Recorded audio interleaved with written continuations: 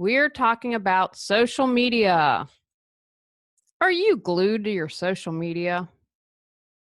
Do friends and family complain that the only interaction from you is online and not in person? Is your day shaped by the number of likes and love you get? Are you looking for ways to be organized and efficient with your social media?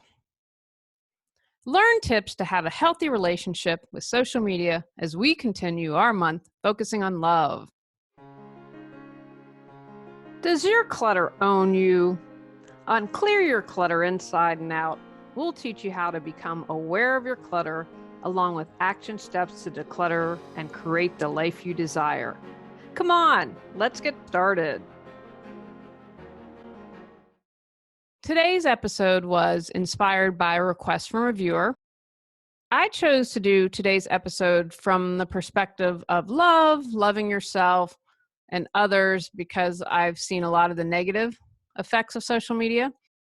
I'll have a few tips at the end of the episode on handling social media as well, which may have been what the listener and viewer was going for. But I think if we kind of clean it up and have a different perspective on social media, that it might help. One of my goals for this year is to put down the iPad mini. Because I own my own business, there is a tendency for me to want to stay connected 24/7. I've been a lot better about that.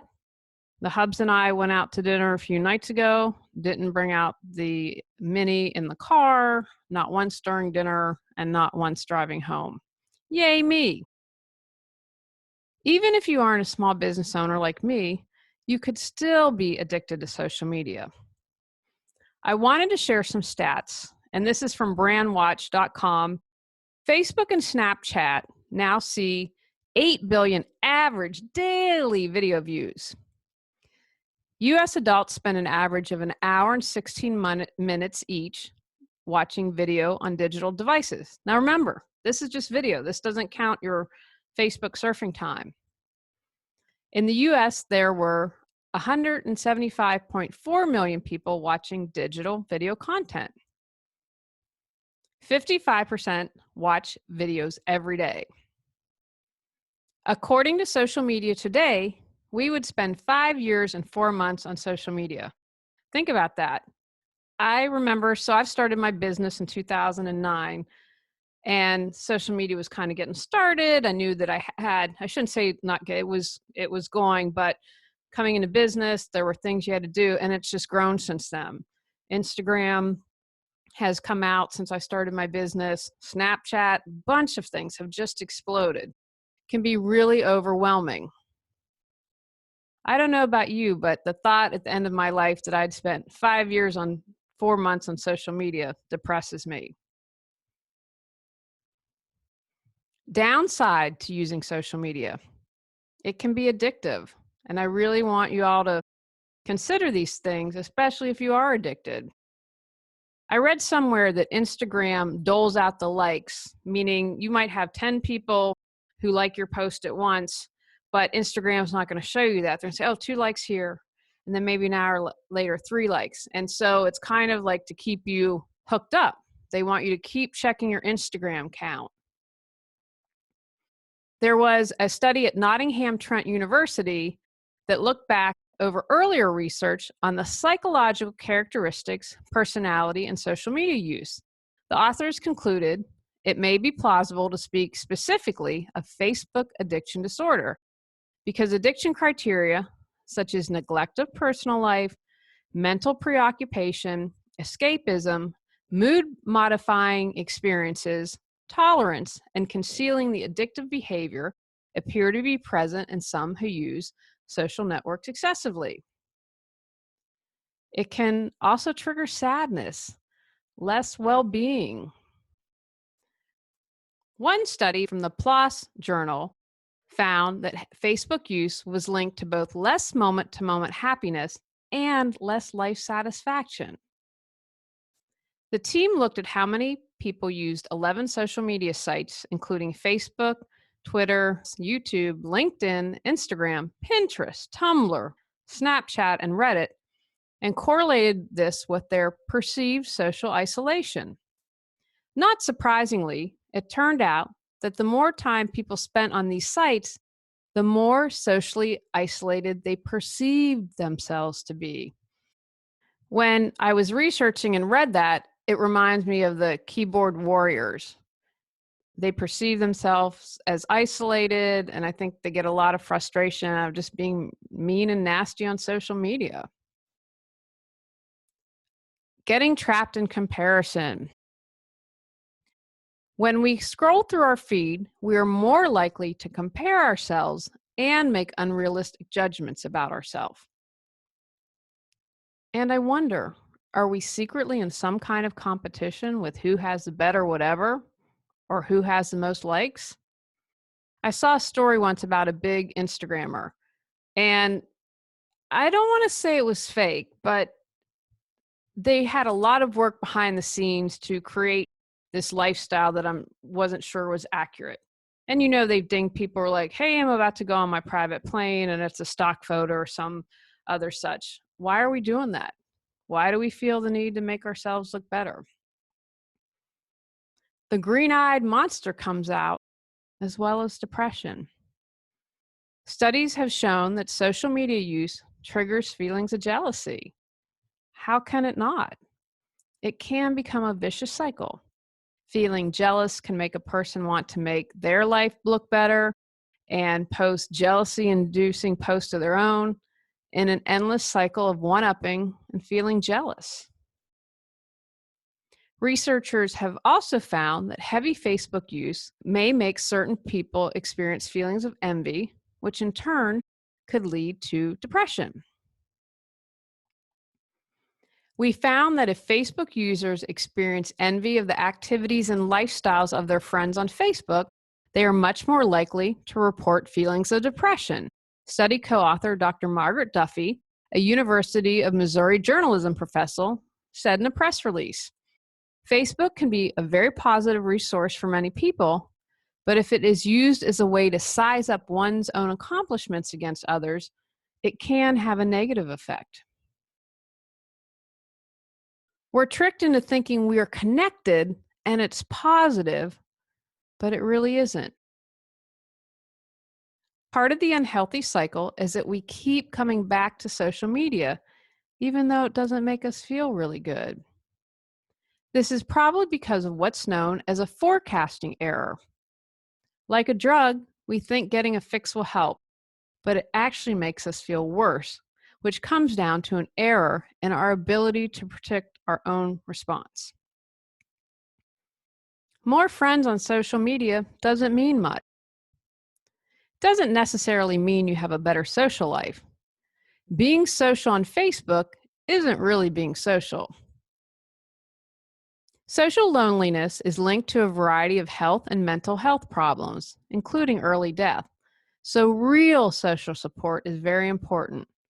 Virtual friendships don't have the therapeutic effect as time with real friends. And finally, the need for more. Mimetic desire is defined as the act of wanting something simply because someone else has it. On social media, this behavior is often taken to the extreme. Entire groups are formed based on the need to collect all of a certain item, the desire to have the latest and greatest at whatever the group as a whole is interested in. Benefits to unplugging. You are more present. And as I've talked about before, the present moment is the point of power to change your life. You can actually enjoy the moment instead of Snapchatting about it or posting a video. How crazy is it we can't enjoy a meal, a birthday party, without someone texting, snapping, and posting? Are we sharing our experiences, or are we trying to present ourselves in a certain way? Are we more concerned connecting online with somewhat fake friendships than the people who are really in our lives right in front of us? We're not present when we're worried about getting the best shot. So when you unplug, you're more present. Be authentic. Is it really you on social media or who you want people to think you are? I keep it real by sharing who I am, my mistakes and struggles, because I know when I do that, I can give someone else permission to do so. I think for many, especially younger kids, they can't be authentic because they want to be seen in a certain way. Taking a break lets more room for the real you to come out. Drop that mask. Better relationships. Unplugging also enhances our relationships. We can spend quality, focused time with people instead of glancing at our messages every 10 seconds.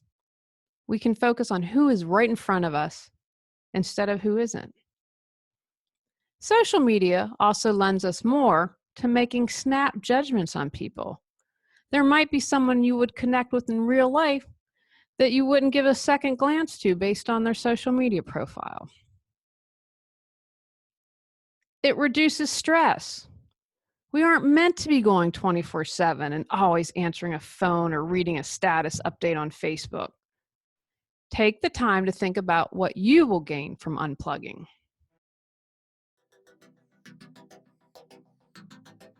Your clutter doesn't have to own you. Getting organized, clearing clutter, and becoming more mindful and aware is a skill that you can learn and supports you your entire life.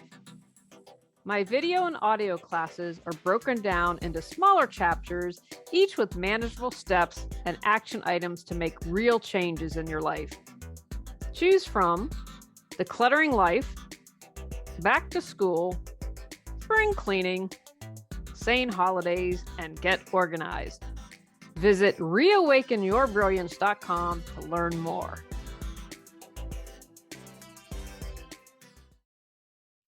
How to get off social media. Delete the apps from your phone. When you're waiting in line, do some deep breathing. You're not going to automatically check your Twitter app or your Facebook app if it's deleted. You can still access it on your computer. Of course, some apps like Instagram, which are only on the phone, turn off the notifications. Set a timer. How many times have 2 or 3 hours gone by that you've been fooling around on Facebook?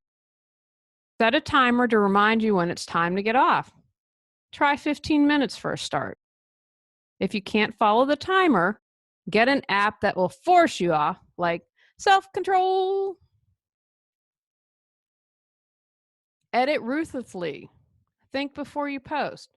My rule is anything I post has to be acceptable being on the front page of the New York Times. Really helps me a lot. Unplug. Try getting off for an entire day. Can't do that? Try a few hours. Start building your unplugging muscles. If you feel the urge to check social media, take a deep breath and ask yourself some questions. Are you afraid you'll miss something? Is your habit fulfilling a need? Being so plugged into social media can serve as a distraction. What are you distracting yourself from? Pain, anger, sadness? Remember, be gentle with yourself. We're on autopilot most likely with these habits. The good news is, once you start building your muscles, it'll be easier with time. Can you continue to carve out 10, 15 minutes, half an hour each day away from social media or limit your time? Is there a better habit you could replace it with, such as breathing or meditation, taking a walk or stretching? Find another built-in distraction. Social media is a distraction for most of us. Read a book, watch a documentary, or you could work on achieving your dream and write the great American novel. Or how about volunteering? Lots of animal shelters and rescue groups could use your help. Contact people in different ways. If it's your friend's birthday, add it to your calendar and call instead of writing on the wall. Notice a friend you haven't seen in a while in your newsfeed? Write an email. You can stay in touch with social media. Or, gosh, consider actually using the phone and set a date for coffee. Create a list of all the things you'll gain when you take a break from social media: better relationships, more time for solitude, saving money because you won't be purchasing everything in your feed, reading more books, engaging in hobbies. Keep a list where you can see it. Purge your friends and group lists, unfollow the drama.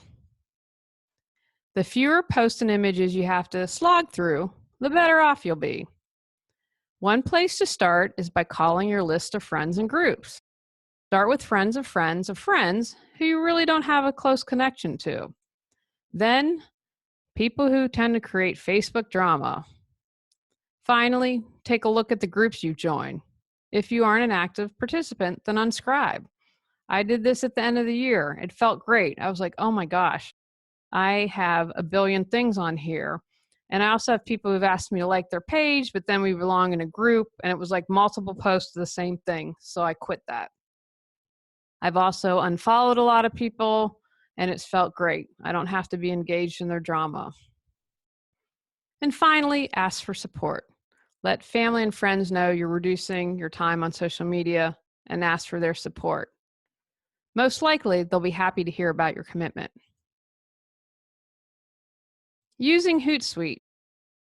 If you're a small business owner or if you still want to keep engaged with social media, something like Hootsuite can be very helpful. And I use this because it allows me to schedule, and it really saved me a lot of time and aggravation. What's great is you can use it and plan and always have a post. So you don't have to get sucked into posting each day because you're starting to post and then you're like, oh, I want to read about Johnny and Sue. And then, you can lose an hour. So that way you can schedule all your posts. Now I try to answer every social media post that I have. Not always possible. I know on Facebook I am dinged because I don't respond immediately. And I'm like, I'm working. I can't respond to the post all the time. And Facebook, if you follow me on Facebook, they're changing things. And, Facebook is awful because multiple times throughout the day, they're like, buy an ad, buy an ad, buy an ad. I answer all the posts. I've also taken the step. I've deleted some posts and I thought I'd never do that, but there were just a couple on YouTube. And I thought, you know what, you're just so nasty. I'm just not even going to try to be the better person, say something nice, say something that perhaps plants a seed. I deleted it. So that's something that I've done differently and made a difference. There are also other schedulers. And my dream is to not have to do so much social media because I don't like it. It's just overwhelming. And while the majority of posts are really great, some are pretty awful. So I did a thing on don't be a social keyboard warrior. So please think about that. Also, when thinking about social media, understand which networks work for you. I do really well with the podcast and on YouTube. Twitter's been kind of useless for me. I'm hoping I can get the strength to get off Twitter. Instagram's kind of a hybrid for me because I like to post a ton of pictures of the cats, and that's more fun for me and less about business and more focused kind of on coaching tips. You have to really understand, where am I successful? So for something like Hootsuite, I'm like, okay, then I'm having a post there, so I'm not going to worry about it. And I put my time and effort into the podcast and YouTube because that's where I see the most benefit. And then you're also going to want to figure out what type of content you want to share. Do you want to do brand awareness? Do you want to promote events? The 80-20 rule is good here, meaning like don't promote your stuff all the time. Do that 20% and then post interesting things or facts or whatever has to relate to your business. Don't make it all about you. The advantage of using something like Hootsuite is it allows you to schedule your post. And you can block out time every week and say, okay, I'm going to spend an hour working on social media. So again, you don't get sucked down that drain of, well, I'll just check out and see what other people are doing.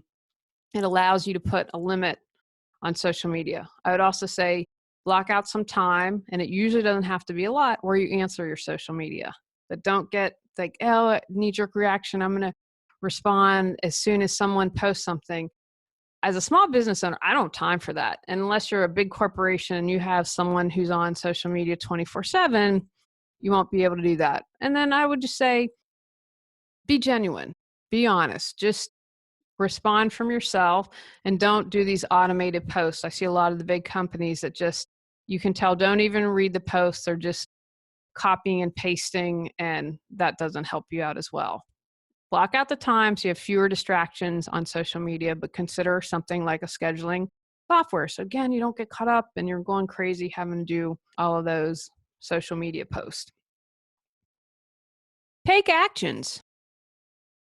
Keep track of how much time you spend on social media. Observe your feelings before and after you spend time on social media. Do you notice a difference? Make a list of what you will gain when you take a break from social media. Pay attention and see if being on social media brings up negative feelings such as jealousy or depression. Create a plan to reduce the amount of time you spend on social media. Consider using something like Hootsuite if you need to be on social media. Go out, clear the clutter to create the life you choose, deserve, and desire. Clearing your clutter allows you to share your gifts with the world. Get your free self-assessment to discover your clutter priority at reawakenyourbrilliance.com. If you've enjoyed Clear Your Clutter Inside and Out, please rate, review, and share us.